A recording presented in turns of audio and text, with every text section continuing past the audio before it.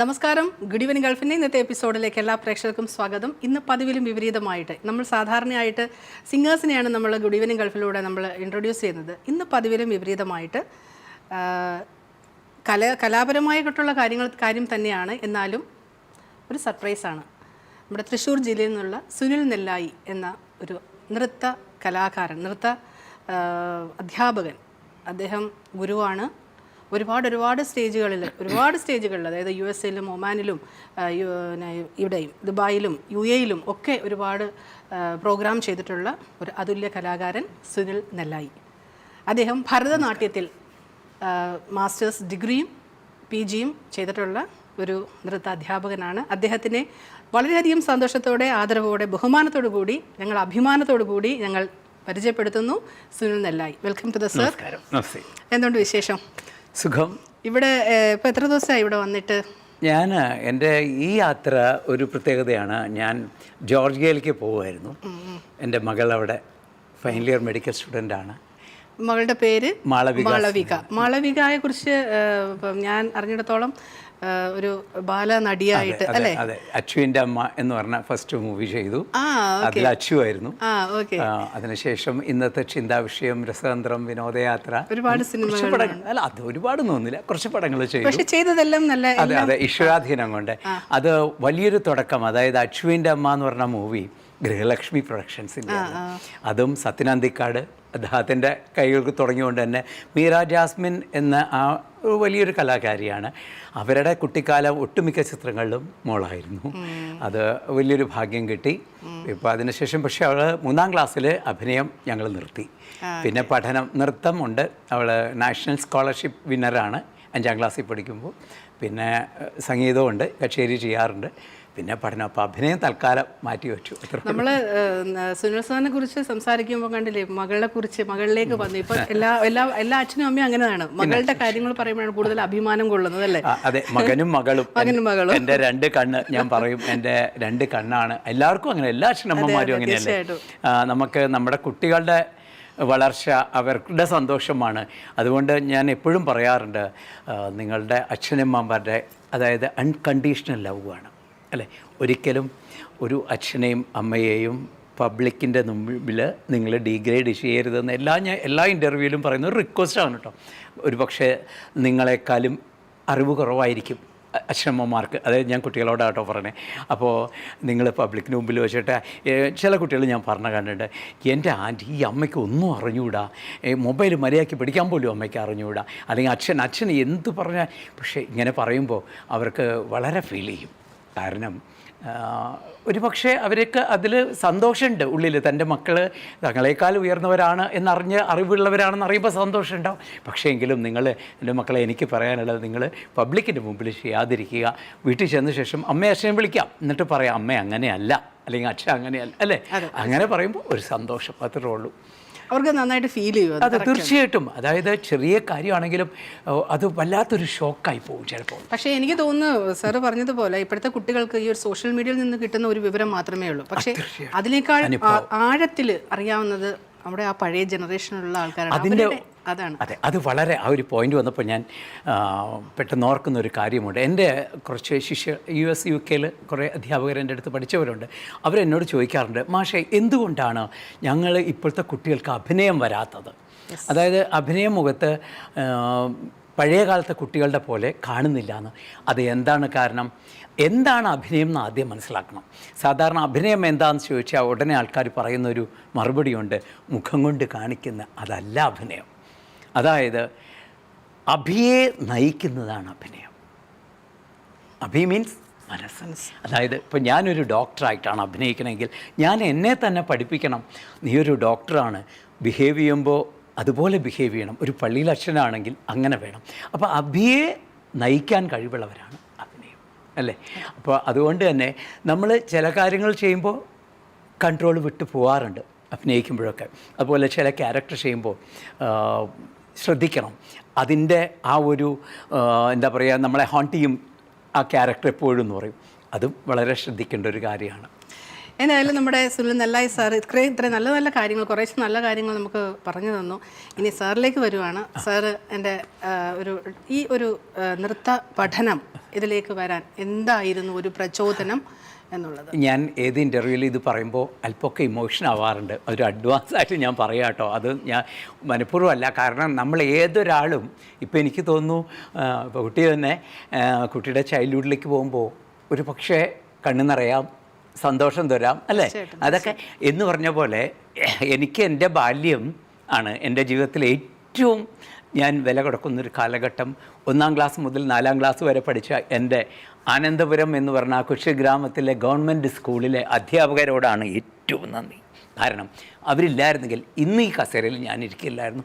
ഒപ്പം എന്നെ പഠിപ്പിച്ച എൻ്റെ ഗുരുക്കന്മാർ, എല്ലാ ഗുരുക്കന്മാരും, ഞാൻ കലാമണ്ഡലം കല്യാണിക്കുട്ടിയമ്മ ടീച്ചറുടെ ശിഷ്യനായിട്ടാണ് ഞാൻ തുടക്കം കുറിക്കുന്നത്. അപ്പോൾ ടീച്ചറുടെ അടുത്ത് നിന്നാണ് ആദ്യത്തെ അഭിനയം ഞാൻ പഠിച്ചത്. അവിടെ നിന്നാണ് ഒരു താമരപ്പൂ വിടരണതും. അത് ഞാൻ സംസാരിച്ചുകൊണ്ട് ചെയ്യുമ്പോൾ അത്ര ഫീൽ ചെയ്യില്ല, എങ്കിലും അതിങ്ങനെ പതുക്കെ വിടർന്നു വരണതും, ഒരു തുമ്പി ആ വണ്ട് ആ വരുന്നതും, അത് വണ്ട് വന്ന് ഇരുന്ന് ആ തേൻ നുകരുന്നത്, അത് പറന്നു പോകുന്നു. ഇതൊരു സംഭവം ഇങ്ങനെയൊന്നും അല്ലാട്ടോ കാണിക്കണേ. കല്യാണിക്കുട്ടിയമ്മ ടീച്ചർ കണ്ടാൽ എൻ്റെ ജീവിതത്തിൽ ഞാൻ കണ്ട ഒരുപാട് നല്ല അധ്യാപകരുണ്ട്. പക്ഷേ എനിക്ക് പഠിക്കാൻ ഭാഗ്യം കിട്ടിയ 2 പേരിൽ ഏറ്റവും ഞാൻ എടുത്തു പറയുന്ന 2 പേരും, ഒന്ന് ശ്രീമതി കലാമണ്ഡലം കല്യാണിക്കുട്ടിയമ്മ ടീച്ചറെ, നമസ്കാരം. അടുത്തത് ധനഞ്ജയ മാഷ്. എൻ്റെ മാഷ് എൻ്റെ അച്ഛന് തുല്യമാണ് ധനഞ്ജയ മാഷ്. ഞാൻ ഏതൊരു ഇൻ്റർവ്യൂവിനും ഏത് സ്റ്റേറ്റ് കയറുമ്പോഴും ഞാൻ ആദ്യം എൻ്റെ മാഷ്. എനിക്കറിയില്ല, ഒരുപക്ഷെ ഞാൻ 35 വർഷമായി മാഷുമായിട്ടുള്ള എൻ്റെ ബന്ധം. പക്ഷേ ഞാൻ മാഷെ ശിഷ്യൻ എന്ന് പറഞ്ഞാൽ ഒരുപക്ഷെ ആത്മീയ ഗുരു എന്നൊക്കെ പറയില്ലേ, അതുപോലെയാവാം. ഞാൻ എപ്പോഴും പോയി ഐറ്റംസ് പഠിച്ച് പോരെ അങ്ങനെയൊന്നുമല്ല ചെയ്യണേ. എനിക്ക് എന്ത് സംശയം തോന്നാലും ഞാൻ മാഷെ വിളിക്കും. മാഷെ എനിക്ക് അപ്പോൾ എന്നെ കണ്ടാൽ ചോദിക്കും, ഇന്ന് എന്താ നിനക്ക് സംശയം എന്താ ചോദിക്കാം. പിന്നെ എവിടെയെങ്കിലും ഞാൻ പെർഫോം ചെയ്യുമ്പോൾ ഒരുപാട് പേര് എന്നോട് വന്ന് പറയും, ധനഞ്ജയ മാഷെ പോലെ ഉണ്ട് കേട്ടോ. അത് നമുക്കൊരു ഇല്ലേ, ഇതൊരു സന്തോഷമാണ്. എനിക്ക് കിട്ടിയ ഏറ്റവും വലിയ അവാർഡുകളിൽ ഒന്നാണ്. അതുപോലെ 10 വർഷം മുമ്പ് എനിക്കൊരു അത്ഭുതമായിട്ടുള്ളൊരു അവാർഡ് ആലുവയിൽ വെച്ച് നടന്നു. അപ്പോൾ സത്യത്തിൽ എനിക്ക് മാഷാണ് തരണേന്ന് എനിക്കറിയില്ലായിരുന്നു. എനിക്കാണ് കിട്ടണമെന്ന് മാഷ്ക്കും അറിയില്ലായിരുന്നു തോന്നുന്നു കേട്ടോ. അതിൻ്റെ തോന്നലാണ് അറിയില്ല. സ്റ്റേജിൽ എൻ്റെ പേര് അനൗൺസ് ചെയ്തു, ധനഞ്ജയ മാഷി തരണു എന്ന് പറഞ്ഞപ്പോൾ എനിക്ക് ആ ഇൻ്റർവ്യൂ യൂട്യൂബിലുണ്ട്. മാഷ് അപ്പം പറഞ്ഞു, മാഷോട് ഒരുപാട് പേര് പറഞ്ഞിട്ടുണ്ട് ഞാൻ പെർഫോം ചെയ്യുമ്പോൾ മാഷെ പോലെയുണ്ട്. അതൊക്കെ എനിക്കൊരു ഒരുപാട് സന്തോഷമാണ്. ഗുരുവിനെ പോലെ തന്നെ ശിഷ്യനും. അതെ, പിന്നെ അവരുടെ നമ്മുടെ മാതാപിതാക്കളുടെ, ഗുരുക്കന്മാരുടെ, അവരുടെയൊക്കെ സ്നേഹമാണ്. ഞാൻ കാലത്ത് എനിക്കുമ്പോൾ പ്രാർത്ഥിക്കുക, ആർക്കും വിരോധം തോന്നല്ലേ, നമുക്ക് ആർക്കും വിരോധം തോന്നല്ലേ എന്ന് ഭഗവാനെ എന്ന് മാത്രമാണ്. പിന്നെ നമ്മുടെ കുട്ടികളുടെ വളർച്ച, അവരുടെ ഉയർച്ച, ഇതൊക്കെ കാണാൻ എല്ലാവർക്കും ആഗ്രഹമാണല്ലോ അല്ലേ. നമ്മുടെ സ്റ്റുഡൻസിൻ്റെ കേട്ടോ, ഞാൻ മക്കളെ ഇപ്പോൾ എൻ്റെ അടുത്ത് 75 വയസ്സായ സ്റ്റുഡൻസ് ഉണ്ട്. 3 വയസ്സ് മുതൽ 75 വയസ്സായ ആളെ വിളിക്കുന്നത് ഞാൻ മോളേന്ന് വിളിക്കുള്ളൂ.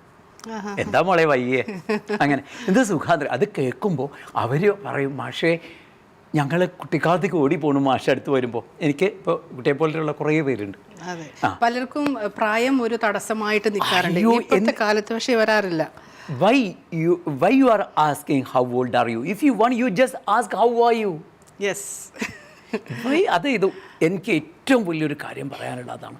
ദയവ് ചെയ്ത് ആരോടും നിങ്ങൾ വയസ്സ് എത്രയായി, അതുകൊണ്ട് എന്ത് നേട്ടമാണുള്ളത്, നല്ല ഭംഗി, നല്ല രസമുണ്ട് കേട്ടോ ഈ ഡ്രസ്സ് കാണാം, നല്ല അടിപൊളി മാല, നന്നായിട്ട് സന്തോഷമാണ്. അല്ല, സന്തോഷം തന്നെയല്ല എന്ന് ഒന്ന് ആലോചിച്ച് നോക്കൂ. ഞാനിപ്പോൾ കണ്ണാടി അയ്യേ എന്ന് പറയാം, അയ്യേ എന്ന് കാണിക്കുമ്പോൾ എൻ്റെ മുഖം വൃത്തികേടില്ലേ കാണാൻ. നേരെ മറിച്ച് ഞാൻ പറയാം, എന്തൊരു രസം, നല്ല ഭംഗിയുണ്ട് കേട്ടോ, ആ കണ്ണട അസലായിട്ട് ചേരുന്നുണ്ട് കേട്ടോ, അല്ലെങ്കിൽ ആ ലോക്കറ്റ് എന്തൊരു ഭംഗിയാണ്, ഇപ്പോൾ നോക്കൂ ആ ലോക്കറ്റ് കാണാൻ എന്തൊരു ഭംഗിയാണ് അല്ലേ. അതുകൊണ്ട് എന്താ സന്തോഷമല്ലേ ഒരാൾക്ക്, എന്തിനാണ് എന്ന്. അതുപോലെ മറ്റൊരാളുടെ നെഗറ്റീവ് കാണാതിരിക്കുക, പോസിറ്റീവ് കാണുക. ഇതൊക്കെ ഞാനും ഒരു പക്ഷേ ചെയ്തിട്ടുണ്ടാവും കേട്ടോ, വിഡ്ഢിത്തരങ്ങൾ ധാരാളം. നമ്മുടെ പ്രായം മാറും തോറും നമ്മൾ മാറ്റം വരണം. എനിക്ക് 40 വർഷത്തെ എൻ്റെ ജീവിത കാലഘട്ടമാണ് എങ്ങനെ കലാരംഗത്ത് കേട്ടോ, അല്ലാണ്ട് പ്രായരംഗത്തല്ല, അതിലൊക്കെ കൂടിയുണ്ട്. അല്ല, ഞാൻ പറഞ്ഞു വന്നത് ഒരു കാര്യം മനസ്സിലായി. മാളവികയും മകൻ്റെ പേര് മാധവ്, 2 മക്കളാണ്. മാളവികയും മാധവനും ഒരു നല്ല കാര്യങ്ങൾ പറഞ്ഞു തരുന്ന ഒരു അച്ഛൻ ഉള്ളത് തന്നെ ഒരു ഭാഗ്യമാണ് അല്ലേ? അങ്ങനെ ആയിരിക്കണം എല്ലാ മാതാപിതാക്കളും. കാരണം ഇപ്പം ഇത്രയും സമയം ഞാൻ തൊട്ടടുത്തിരുന്നപ്പം കുറേ കാര്യങ്ങൾ കണക്ട് ചെയ്ത് പോവുകയാണ്. അച്ഛൻ എന്ന നിലയിൽ ഇപ്പോൾ എൻ്റെ 2 മക്കളും ഈശ്വരൻ എനിക്ക് തന്ന ഏറ്റവും വലിയൊരു നിധിയാണ് എൻ്റെ കുടുംബം. എല്ലാവർക്കും അങ്ങനെ തന്നെയാണ്. എൻ്റെ മകൻ ഒരു ആർട്ടിസ്റ്റാണ്, ഏഷ്യാനെറ്റിൽ അയ്യപ്പനായിട്ട് അഭിനയിച്ചിരുന്നു, അതിന് അവാർഡ് കിട്ടി. പിന്നെ കുറച്ച് മൂവി ചെയ്തു. ഏറ്റവും സന്തോഷം കഴിഞ്ഞ മുമ്പിലത്തെ 2 വർഷം മുമ്പ് എൻ്റെ ബർത്ത്ഡേയുടെ അന്ന് ഞാനും മകനും ക്യാമറയുടെ മുമ്പിലാണ്. പൃഥ്വിരാജ് അഭിനയിച്ച തീർപ്പ് എന്ന് പറഞ്ഞ ചിത്രത്തിൽ അഭിനയിക്കാൻ പറ്റി. ഞാനും ചെയ്തു ഒരു വേഷം. ഒരുപാട് ബ്ലെസ്ഡ് ആണ്. അയ്യോ, ആ സമയം ഉണ്ടല്ലോ, ആ ഒരു ദിവസം എൻ്റെ ബർത്ത്ഡേ ആയിരുന്നു. ഇന്നലെ എൻ്റെ ബർത്ത്ഡേ ആയിരുന്നു കേട്ടോ. ഇന്നലെ ഞാൻ ഈ പറഞ്ഞ പോലെ ഇവിടെയാണ്. Thank you. അതൊരു വലിയ ഭാഗ്യമാണ്. പിന്നെ എൻ്റെ വാമഭാഗം അല്ലെങ്കിൽ എൻ്റെ പത്നി എന്ന് പറഞ്ഞാൽ Shrimati Rashmi Narayanan, music MA first rank ഹോൾഡറാണ്. ഇപ്പോൾ മാഡം ആയിരിക്കും കൂടെ. എൻ്റെ 25 വർഷമായിട്ട് എൻ്റെ ഇടതുഭാഗം എന്നല്ല പറയേണ്ടത്, എൻ്റെ സെൻറ്റർ പാട്ടെന്ന് തന്നെ പറയാം. കാരണം എനിക്ക് പാടുന്നതും പാട്ട് എഴുതുന്നതും എല്ലാ കാര്യങ്ങളും വൈഫ് തന്നെയാണ് ചെയ്യണത്. പിന്നെ ഞങ്ങൾ 4 പേരും കൂടിയാണ് പ്രോഗ്രാം. ഇപ്പോൾ ഭക്തമീര എന്ന് പറഞ്ഞ എൻ്റെ ഡാൻസ് ഡ്രാമ, മീരാഭായി ആയിട്ട് എൻ്റെ മകളാണ്, സീനിയർ കൃഷ്ണൻ ഞാൻ, ജൂനിയർ കൃഷ്ണൻ എൻ്റെ മോൻ, മീരാഭായിയുടെ ഉദാബായി ആണ് പേര്, കർമ്മബായി എന്ന് പറഞ്ഞു, അതായത് അമ്മായിയമ്മയായിട്ട് വൈഫാണ് ചെയ്തത്. അതുപോലെ എൻ്റെ ഫസ്റ്റ് സ്റ്റുഡൻറ്റ്, അതെനിക്ക് പറയാതിരിക്കാൻ പറ്റില്ല, അത് പറയണമെന്നുണ്ട്. കാരണം എൻ്റെ അനുജത്തിയാണ് എൻ്റെ ഫസ്റ്റ് സ്റ്റുഡൻറ്റ്. ഞാൻ ചേട്ടച്ഛനാണ്. അതായത് എൻ്റെ അനുജത്തി 9 മാസമുള്ളപ്പോഴാണ് ഞങ്ങളുടെ അച്ഛൻ മരിക്കുന്നത്. അന്നു മുതൽ ഇന്ന് വരെ അവൾക്ക് ഞാൻ അച്ഛൻ കൂടിയാണ്. എന്ത് കലാക്ഷേത്രയാണ് പഠിച്ചത്, ഡാൻസറാണ്. ഇപ്പോൾ ചെന്നൈ സെറ്റിൽഡാണ്. അവളുടെ മകളും പഞ്ചമി ഇപ്പോൾ തമിഴ് സിനിമയിലൊക്കെ തുടക്കം കുറിച്ചിട്ടുണ്ട്. അയാളും ഡാൻസറാണ്. എന്തോ ഇഷ്ടാദിനം കൊണ്ട് എല്ലാം ഭഗവാൻ കുറച്ച് 12 ഡാൻസേഴ്സ് ഉണ്ട് ഇല്ല ഞങ്ങൾ. അപ്പോൾ അതൊരു ഭരതനാട്യം ഡാൻസേഴ്സ് എൻ്റെ ഫാമിലിയിലുണ്ട്. അപ്പോൾ അതൊരു എന്തോ എല്ലാം ഞാൻ എപ്പോഴും പറയും, നമ്മളെക്കാളൊക്കെ ധാരാളം അറിവുള്ളവർ ഉണ്ട്. നമ്മളെപ്പോഴും എല്ലാ ലൈഫിലാണെങ്കിലും. ഇപ്പോൾ ഒരുപാട് മറ്റൊരു കാര്യം എനിക്ക് പറയാനുള്ളത്, നമ്മളെ താഴ്ത്തുനിന്ന് തുടങ്ങാൻ ശ്രമിക്കുക. ഇപ്പോൾ ഈ IT ഫീൽഡിലൊക്കെ കാണുന്നൊരു വിഷമം എനിക്കെന്താ വെച്ചാൽ, തുടക്കത്തിലെ തന്നെ 2.5 ലക്ഷം 3 ലക്ഷം സാലറിയാണ്. എന്നിട്ട് പെട്ടെന്ന് ആ സാലറി കുറഞ്ഞു വരുമ്പോൾ അവൾക്ക് താങ്ങാൻ പറ്റണില്ല, ഡിപ്രഷനിലേക്ക് പോകും. അപ്പോൾ ഇപ്പം ഞാൻ എൻ്റെ 2 മക്കളോടും പറയണം, നിങ്ങൾക്ക് ജോലി തുടങ്ങുമ്പോൾ താഴേന്ന് തുടങ്ങാം, ചെറിയ ശമ്പളത്തിൽ നിന്ന് തുടങ്ങാം. അപ്പോൾ ഇപ്പോൾ 16 രൂപയെ നമുക്ക് മാസം ശമ്പളമുള്ളൂ നിൽക്കാം. അടുത്ത വർഷം നമുക്ക് 11,000 രൂപയാകുമ്പോൾ നമുക്ക് സന്തോഷമായി അല്ലേ? നേരെ മറിച്ച് അതൊരു 2 ലക്ഷം പെട്ടെന്ന് 1 ലക്ഷം, അയ്യോ എന്നെ കൊള്ളില്ലാണ്ടായോ, എൻ്റെ വർക്ക്, പിന്നെ നമുക്ക് കൺട്രോൾ നമ്മുടെ കയ്യിൽ നിന്ന് പോകും.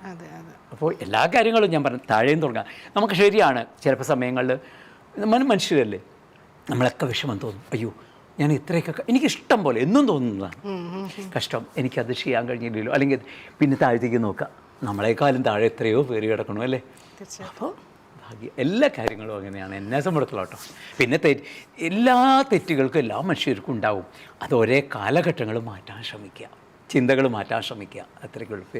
ഇപ്പം സാറ് 13ാമത്തെ വയസ്സിലാണല്ലോ ഭരതനാട്യം നൃത്തം എന്ന ഒരു കലയിലേക്ക് ഇറങ്ങി. 13ാമത്തെ വയസ്സിൽ കല്യാണിക്കുട്ടിയമ്മ ടീച്ചറുടെ പഠിക്കുന്ന കാലഘട്ടത്തിന് മുമ്പ് ഞാൻ പഠിച്ചിരുന്നു. വിവേകാനന്ദ മാസ്റ്ററുടെ അടുത്ത് പഠിച്ചിട്ടുണ്ട് കുട്ടിക്കാലത്ത്. പക്ഷെ അന്നൊക്കെ ഫോക്കിനാണ് കൂടുതൽ ഞാൻ കോൺസെൻട്രേറ്റ് ചെയ്തത്.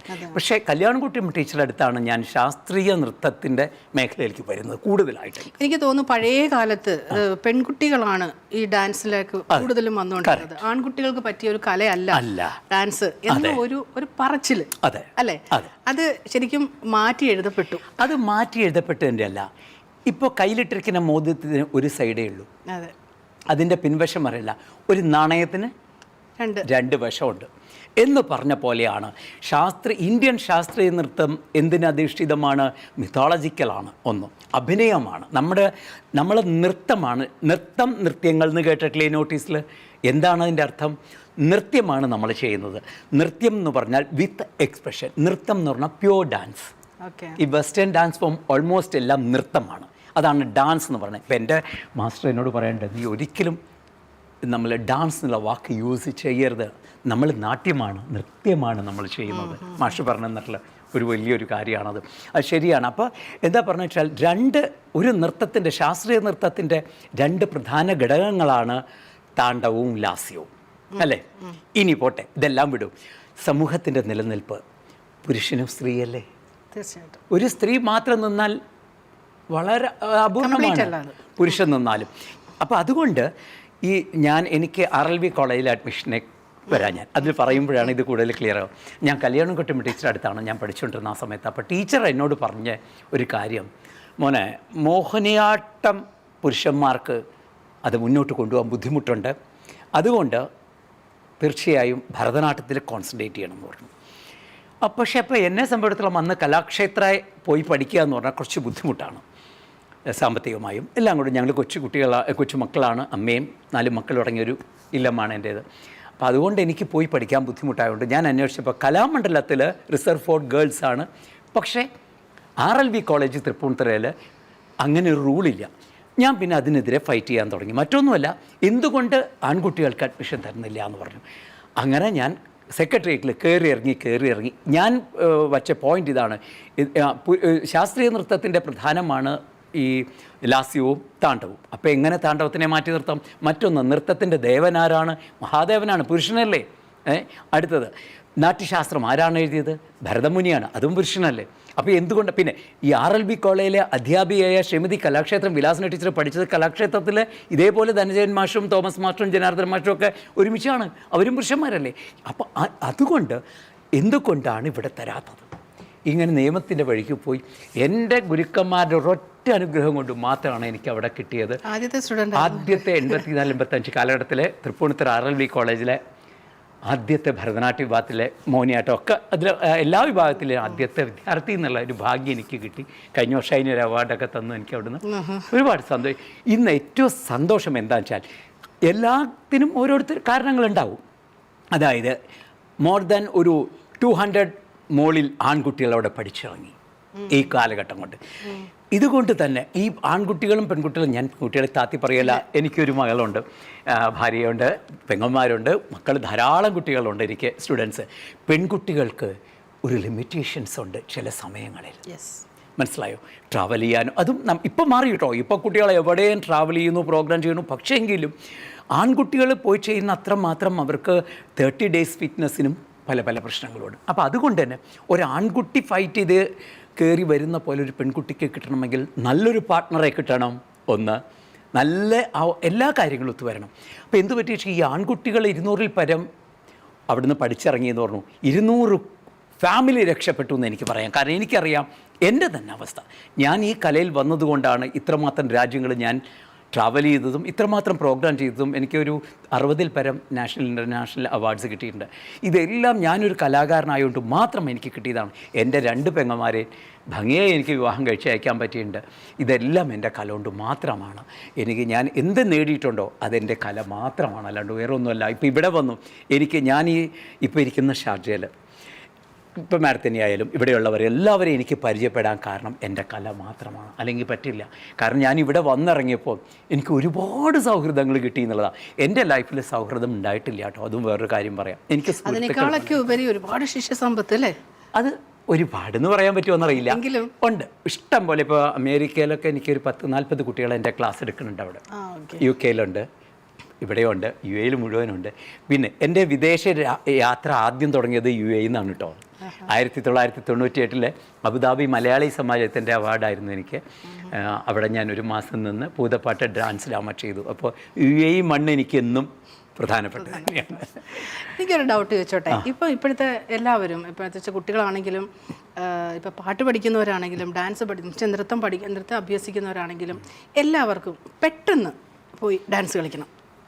അത് ഒരിക്കലും നമ്മൾ കാലഘട്ടത്തിനെ അല്ലെങ്കിൽ ഇത്തരം സംഭവങ്ങളെ കുറ്റപ്പെടുത്തിയിട്ട് കാര്യമില്ല. ഇന്ന് ഫാസ്റ്റ് ലൈഫാണ്. ഇപ്പം തന്നെ നമ്മളെന്താ ഇപ്പം എൻ്റെ അമ്മ ഉഴുന്നിട്ട് അരിയിട്ട് അത് ആട്ടി ദോശ ഉണ്ടാക്കി ഒന്ന് സ്വിഗ്ഗി ഓർഡർ ചെയ്ത് കഴിഞ്ഞ് കഴിഞ്ഞാൽ ആ സാധനം പാത്രം കഴുകേണ്ട, ഗ്യാസിൻ്റെ ചിലവില്ല. എന്തൊക്കെ പറഞ്ഞാലും ഉഴുന്നും അരിയും കഴുകി ആട്ടി ആ കല്ലിലിട്ട് അതിൻ്റെ സ്വാദില്ല, അത് ഞാൻ തീർച്ചയായിട്ടും പറയാം. അത് 100%. പക്ഷേ പറഞ്ഞു വന്നത് മനുഷ്യൻ്റെ ഫാസ്റ്റ് ലൈഫാണ്. ഒന്നിനും ആരോട് ചോദിച്ചാലും പറയും സമയമില്ല.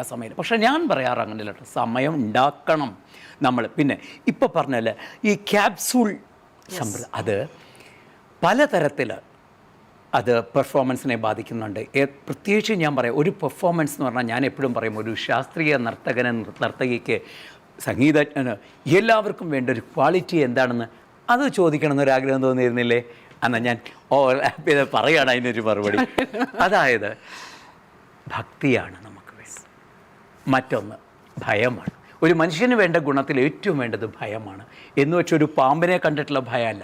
ഭയത്തിന് പല തലങ്ങളുണ്ട്. എന്താണ് ഭയം എന്ന് ഉദ്ദേശിക്കുന്നത്? തെറ്റ് ചെയ്യാതിരിക്കാനുള്ള മാനസിക അവസ്ഥയ്ക്കാണ് നമ്മൾ ഭയം എന്ന് പറയുന്നത്. ശരിയല്ലേ?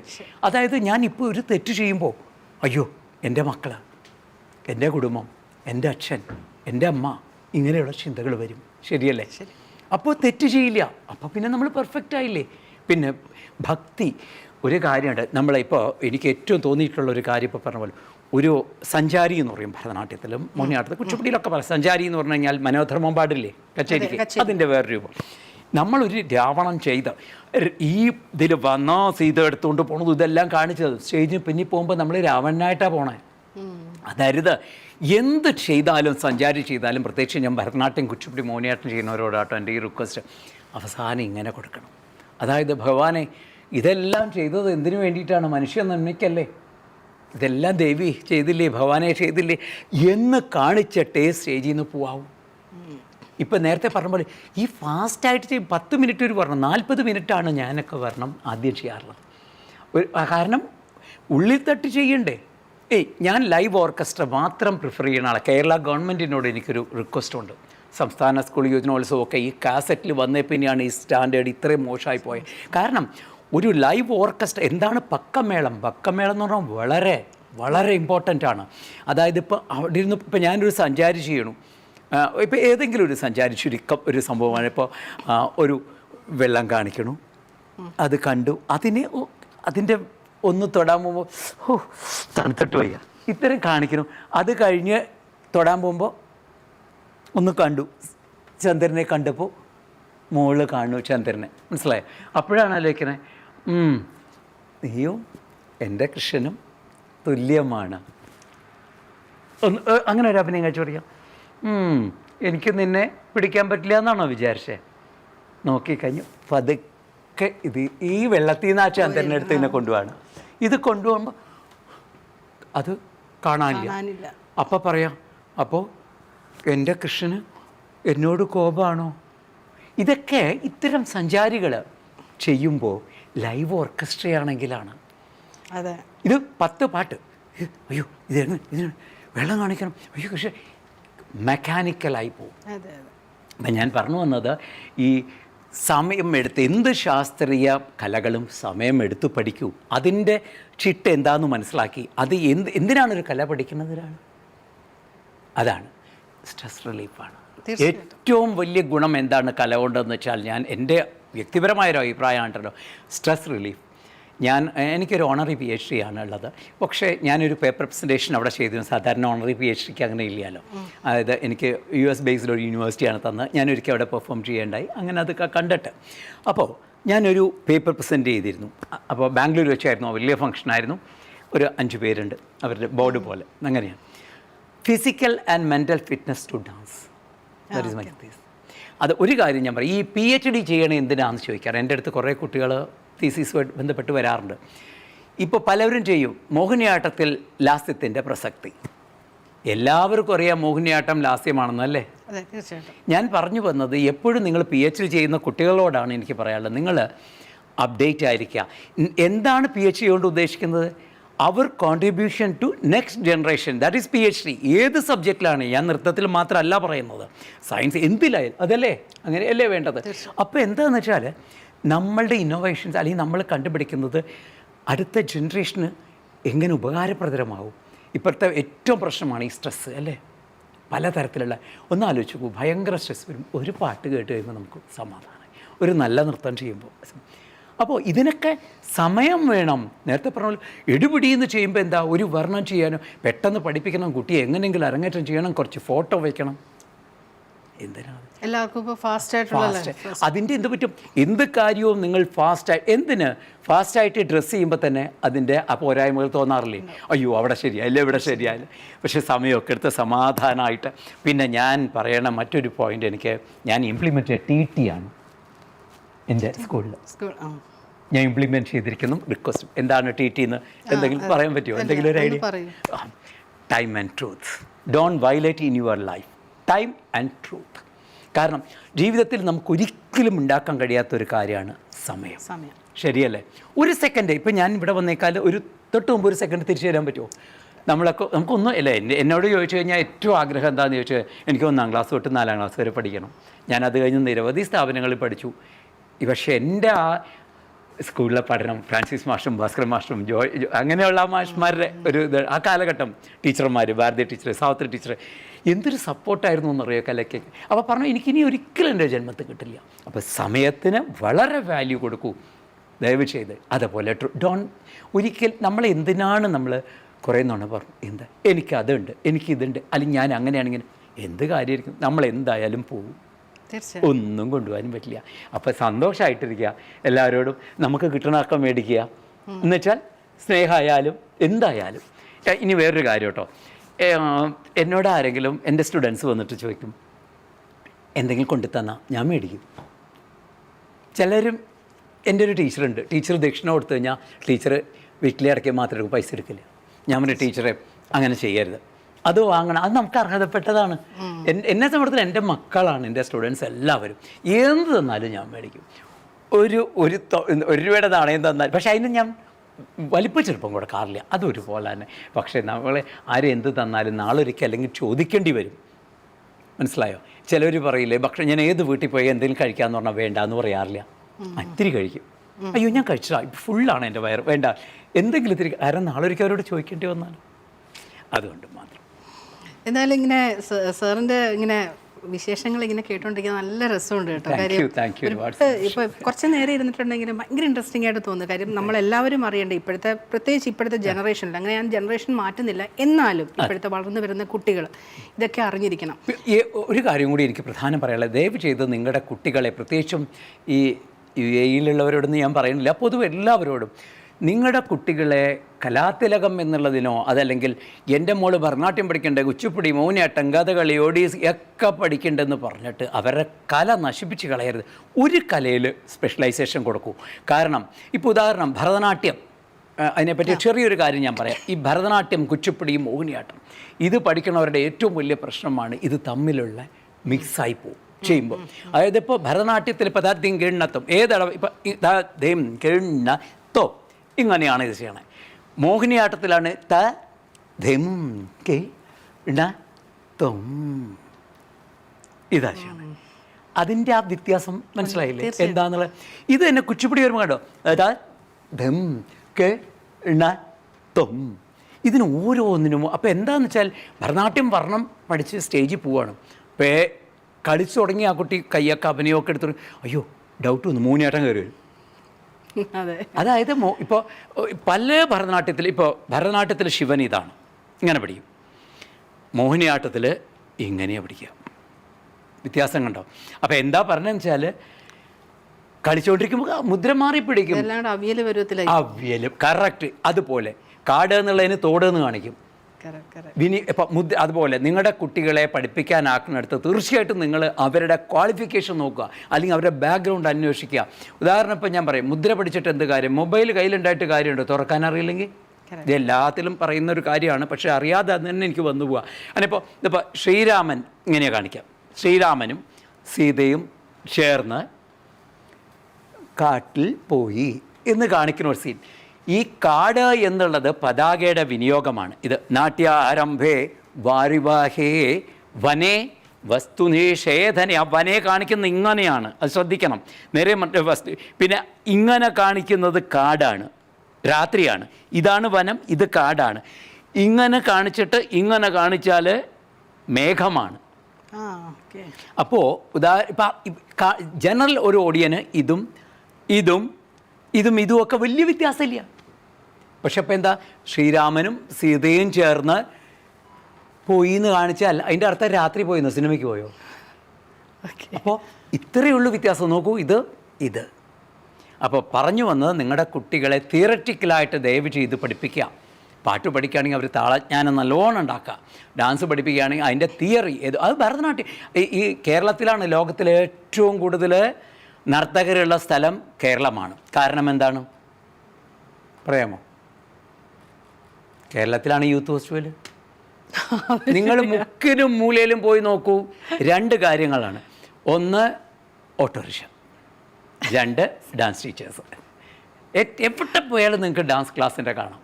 പിന്നെ ഞാൻ പറയേണ്ട, ഈ ശാസ്ത്രീയ സംഗീതത്തിന് ഇത്രയും പറ്റില്ല. എന്താ പറയുക, ഈ ഡാൻസ് പഠിപ്പിക്കുക എന്ന് പറഞ്ഞാൽ ഇരുന്നങ്ങ് കൊട്ടിക്കൊടുത്ത് അവർ കുറേ എന്തെങ്കിലും ഗ്രൂപ്പ് ആയിട്ട് അങ്ങ് ചെയ്താലും അത് പെട്ടെന്ന് തിരിച്ചറിയാൻ ഇത്തിരി ബുദ്ധിമുട്ടാണ്. കുറച്ച് ദിവസം കഴിഞ്ഞാൽ മനസ്സിലാവും അത് ശരിയല്ല പഠിത്തം. ഈ പാട്ടതല്ല, ഒരു കുട്ടിയെ കൊണ്ട് സപ്തസ്വരം ഒന്ന് പാടിപ്പിക്കുമ്പോൾ തന്നെ മനസ്സിലാവും. അയ്യോ, കാരണം ഈയിടെയും കൂടി ഒരു മാഷ് പറഞ്ഞു, 2 വയസ്സായ അദ്ദേഹത്തിൻ്റെ മകള് വേറെ ദിക്കിൽ ക്ലാസ്സിന് പോയിരുന്നു. 2-2.5 വയസ്സേ ഉള്ളൂ. ടാലൻ്റ് ഉള്ള കുട്ടികളത് പറയും, അച്ഛാ ആ സാ പിടിക്കുന്നത് ശരിയല്ല കേട്ടോ അച്ഛാ. അത് കാരണം ഞാനുള്ള കുട്ടികളുണ്ട്, കാരണം അച്ഛനമ്മമാർ ഞാനുള്ളവരുടെ അടുത്ത് നിന്നാണ് വരണേച്ചാണ്. അപ്പോൾ അത് ഇത്തിരി കോംപ്ലിക്കേറ്റഡ്. അപ്പോൾ ഞാൻ പറഞ്ഞു വന്ന് ഒരു സ്പെഷ്യലൈസേഷൻ ദയവ് ചെയ്ത് കൊടുക്കുക കുട്ടികൾക്ക്. അപ്പോൾ എന്താ, ഇപ്പോൾ മദ്രാസിലൊക്കെ ചെന്നാൽ ആമേ ഭരതനാട്യം ഡാൻസർ, ആമേ കൂച്ചുപിടി ഡാൻസർ, ഇങ്ങനെ പറയാം. കേരളത്തിൽ വന്നാൽ പറയാം ആമേ ഡാൻസർ, അതാ പറയാം. അതന്നെ എല്ലാം കൂടെ. അപ്പോൾ അങ്ങനെ ആക്കരുത് ദയവ് ചെയ്ത്. ഒരു സബ്ജക്റ്റ് പഠിക്കുക. പിന്നെ നിങ്ങൾ ചെല്ലുമ്പോൾ ഞാൻ ഒരു രംഗത്തെയും കുറ്റപ്പെടുത്തുകയല്ല കേട്ടോ, പക്ഷേ അവർ ഇന്ന രംഗത്തുനിന്ന് വന്നിട്ട് ഇതിൽ വന്നു വരരുത്. അതായത് സിനിമാ രംഗത്തെ പ്രശസ്തിയാണ് എന്ന് വെച്ചിട്ട് നർത്തകി ആവണമെന്നോ നർത്തകനാവാൻ പറ്റില്ല. അല്ലെങ്കിൽ വേറൊരു രംഗത്താവുന്ന. പക്ഷെ ഇപ്പോൾ എന്താ ഗുണം എന്ന് വെച്ചാൽ, ഇപ്പോൾ മലയാള സിനിമയിലൊക്കെ ധാരാളം നൃത്തരംഗത്ത് നിന്ന് അവിടെ പോയവരുണ്ട്. അതുകൊണ്ട് തന്നെ ആ ക്വാളിറ്റി കീപ്പ് ചെയ്ത് അവർ കൊണ്ടുവരും. പക്ഷേ ചിലവരൊക്കെ അതല്ല, വെറുതെ അങ്ങോട്ട് അവരുടെ മറ്റുള്ള ഫെയിം വെച്ചിട്ട് ക്ലാസ് തുടങ്ങുക. വ്യാജ അധ്യാപകനെയും വ്യാജ ഡോക്ടറെയും കണ്ട അപ്പോൾ കളഞ്ഞേക്കണമെന്നാണ് ഞാൻ പറയാം, ഏത് തരത്തിലായാലും. കാരണം അവർ ജീവിതം നശിപ്പിക്കും. ശരിയല്ലേ? തീർച്ചയായിട്ടും. ഇപ്പം ഇവിടെ വന്നിരുന്നു, എന്തെങ്കിലും തെറ്റ് പറഞ്ഞാൽ അത് കഴിഞ്ഞു. കാരണം അത്രയ്ക്ക് പ്രശ്നമേ ഉള്ളൂ. നേരെ പക്ഷേ ഡോക്ടറായിട്ടൊന്ന് ചികിത്സിക്കുമ്പോഴോ അല്ലേ? അപ്പം ഞാൻ അതിന് ഉദാഹരണം പറഞ്ഞെന്ന് മാത്രമേ ഉള്ളൂ. എന്തായാലും നമ്മളിപ്പോൾ ഇത്രയും ഭയങ്കര ഇൻട്രസ്റ്റിംഗ് ആയിട്ടുള്ളൊരു ടോപ്പിക്കാണ്. ഇങ്ങനെ സംസാരിച്ച് എത്ര പറഞ്ഞാലും അത് കേട്ടുകൊണ്ടിരിക്കാൻ രസമുണ്ട്. തീരില്ല എന്നുള്ളതല്ല, പക്ഷേ ഇതൊക്കെ ഇത് സാറ് പറഞ്ഞ കാര്യങ്ങൾ പലരും ചിന്തിക്കാത്ത കാര്യങ്ങളാണ് സാർ പറഞ്ഞത്. പക്ഷേ നമുക്ക് അദ്ദേഹത്തിൻ്റെ ഇത്രയും സംസാരിച്ച അദ്ദേഹത്തിൻ്റെ ഒരു പെർഫോമൻസ് കണ്ടിട്ട് നമുക്ക് തിരിച്ചു വരാം.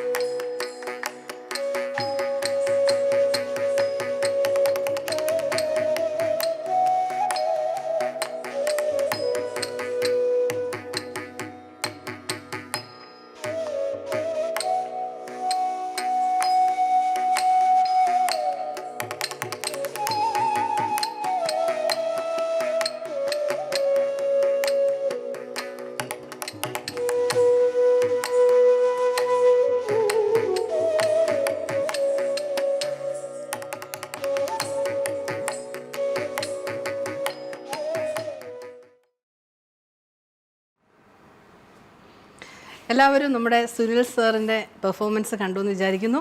അപ്പം നമുക്ക് ലൈവായിട്ട് ഞങ്ങളുടെ പ്രേക്ഷകർക്ക് വേണ്ടിയിട്ട് നമ്മൾ ലൈവായിട്ട് തന്നെ നമ്മുടെ സുനിൽ സാർ നിങ്ങൾക്ക് വേണ്ടി പെർഫോം ചെയ്യാൻ പോവുകയാണ്. സംഗീതം നമ്മുടെ ആരാണ്, അനീഷ് അടൂർ. എല്ലാവർക്കും അറിയാം, UAE എല്ലാവർക്കും അറിയാവുന്ന ഒരു സംഗീത കലാകാരനാണ്. അപ്പം വെൽക്കം ടു ദ ഷോ. അപ്പം അനീഷിൻ്റെ സംഗീതത്തോടൊപ്പം ചുവട് വയ്ക്കുന്നു നമ്മുടെ സുനിൽ നെല്ലായി സർ. അതിനു മുമ്പ് ഒരു കാര്യോട് ചോദിച്ചോട്ടെ, സാറിനൊരു നൃത്താഞ്ജലി അല്ലേ, അതിൻ്റെ ഡയറക്ടറാണ്. അപ്പോൾ എങ്ങനെ പോകുന്നു അവിടുത്തെ പ്രവർത്തനങ്ങൾ? വളരെ, ഞാനൊരു ഡിപ്ലോമ കോഴ്സ് തുടങ്ങി ഭരതനാട്യത്തിന്, സൂറോ സംഗീത കലാകേന്ദ്രയുടെ ഡിപ്ലോമ കോഴ്സ് തുടങ്ങി. പിന്നെ എനിക്ക് മറ്റൊരു കാര്യം പറയാനുണ്ട്. ഞാൻ ഒരുപാട് കേട്ടിട്ടുണ്ട്, പക്ഷേ ആദ്യമായിട്ടാണ് മാഷെ കാണുന്നത്. എനിക്ക് ഒരുപാട് സന്തോഷം എന്താണെന്ന് വെച്ചാൽ മാഷ ഞാൻ ആദ്യമായിട്ട് കണ്ടു, ഇപ്പോൾ അടുത്ത് മാഷ് പാടിയിട്ട് എനിക്ക് ചെയ്യാൻ പറ്റുക, അതൊരുപാട് സന്തോഷമുള്ളൊരു കാര്യമാണ്. കാരണം അത്ര നല്ല, ഇന്നലേക്ക് ഇരുന്ന മാഷ് പാടുന്ന കേട്ടപ്പോൾ എനിക്ക് ഭയങ്കര സന്തോഷം തോന്നി. കാരണം ഈ അഭിനയ സംഗീതമാണ് നൃത്തത്തിന് ഉപയോഗിക്കുന്നത്, ശാസ്ത്രീയ സംഗീതത്തിൻ്റെ മറ്റൊരു വേർഷനാണ് അത്. അഭിനയ സംഗീതം എന്ന് പറഞ്ഞാൽ അഭിനയം ഉള്ളിൽ കൂടെ വരണം, എങ്കിൽ മാത്രമേ അത് ക്ലിയർ ആവുകയുള്ളൂ. അത് മാഷയുടെ കയ്യിൽ അത് വളരെ സുരക്ഷിതമാണ്. ഒരുപാട് സന്തോഷമുണ്ട്. നൃത്തത്തിലൂടെ അഭിനയിക്കണമെന്നാണ് പറയുന്നത്, അല്ലാതെ ലൈഫിൽ അഭിനയിക്കാൻ വേണ്ടിയിട്ടല്ല പറഞ്ഞത് കേട്ടോ. ഇനി എന്തായാലും അദ്ദേഹത്തിൻ്റെ ഒരു പെർഫോമൻസിലേക്ക് പോകാം. Enjoy it.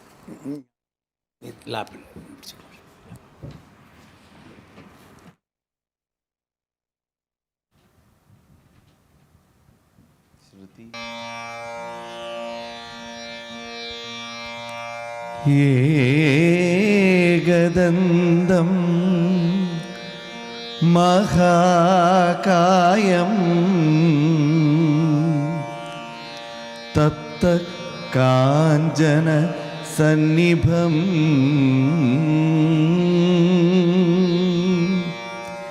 ലംബോധരം വിശാലാക്ഷം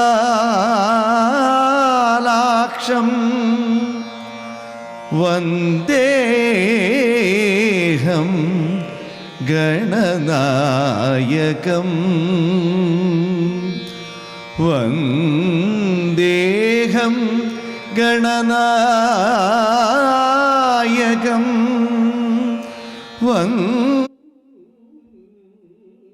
വന്ദേഹം ഗണനായകം.